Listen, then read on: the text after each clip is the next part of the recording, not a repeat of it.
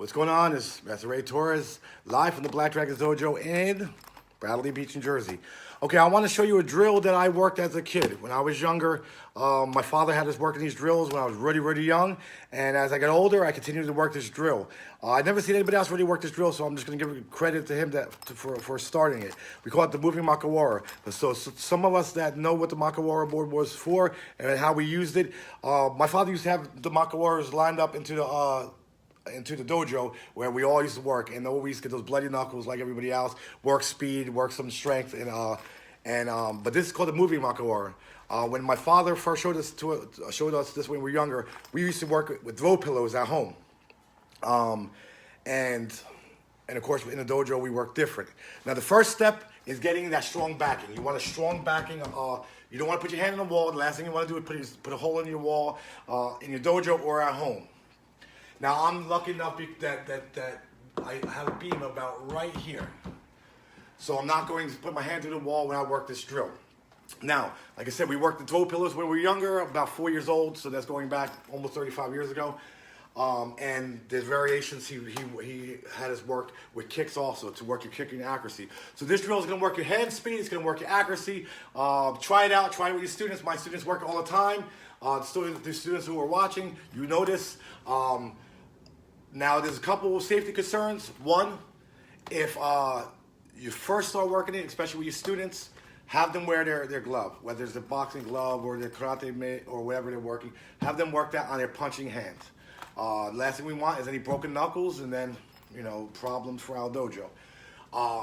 Experienced martial artists, if you want to work this, it's a good drill just to work, just to get your timing up, to get your speed up, and of course get your accuracy. I'm using a mitt by Everlast. It's a flat mitt. There's no cuffs in it. There's no mitt in it or anything like that. It's flat on each side. You can get them from Sports Authority or something like that. And I like the fact that you have a logo in the middle, because that's going to help me with my accuracy. If not, you can put a piece of tape on it. If it's just solid color, put a piece of tape, put an X, put something on it, something you want to aim for. Because what is the goal? In the words of my friend Jerry Fontanez, the goal is something you want to get or something you want to hit. But this is something, of course, you want to focus on hitting that goal. So when I was younger, my father used to have us stand in front of a wall. And this wall, of course, was solid. We weren't putting our hands to it, but we would get hurt if we do hit that wall. The first step he would say is get yourself into a proper stance. Knee leg bent, back leg straight, set your anchor, keep everything forward, shoulders, knees, toes, everything forward. You can take your non-punching hand and you're going to hold the shield. You're going to take your punching hand, you're going to put it up into your guard. Keeping an eye on your shield, on your target. Now what we're trying to do is beat gravity. First step is we're going to be releasing this shield and letting gravity take its place and make that shield just going to drop. But of course, I want to work my timing. So what I'm doing is I release, I'm shooting that reverse punch, digging those two knuckles as we were taught into a target, getting that guard back up, and keeping an eye on my target at all times. Again, keeping my hand up, controlling that target right there in front of us, guard up. As I release, strike.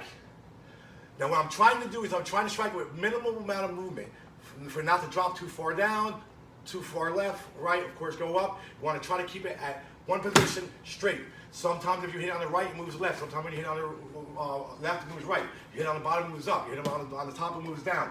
You want to keep it straight and keep working that drill. Now I don't want you rushing. That's not what I'm looking for. It's putting that left hand out. Keep an eye on your target. Get your guard up. Get into your proper stance. Keep your eyeballs forward. As you release, strike. Dig in those knuckles right into your target. Moving Makiwara. That's only the first step of the drill. There's a second step, of course, when you start feeling comfortable with this. It's a second step, and it's going to help you with hand speed, of course, both. But this is something to maybe work with your students, see how they work with it. It does increase your hand speed. Keep working and working. I say about 30 times each hand. Every class or every day. It doesn't take much time to work this drill. If you're at home or wherever and you have enough time, maybe it might take you a couple minutes to work 30 reverse punches. So it's called the moving Makiwara. Strike, reset. Strike, reset. Strike, reset. Work about 30 both arms. I think you'll do just fine. I'll put up the variation for the double punch, of course, later on, because I don't want anybody skipping to that side and damage your knuckles.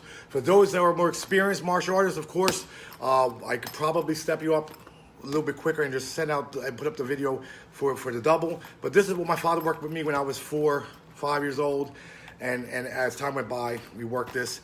And I had my students work this all the time. So the students that are watching, of course, I said, they know we work this. I hold out these shields not just for working your hands with boxing or your striking, but ultimately working the variation of the Makiwara, which is called the moving Makiwara, which was, I believe, designed by my father because I haven't seen anybody else do it. And he taught me this as far back as 34 years ago, almost 35 years ago. So, all right, as always, love and peace.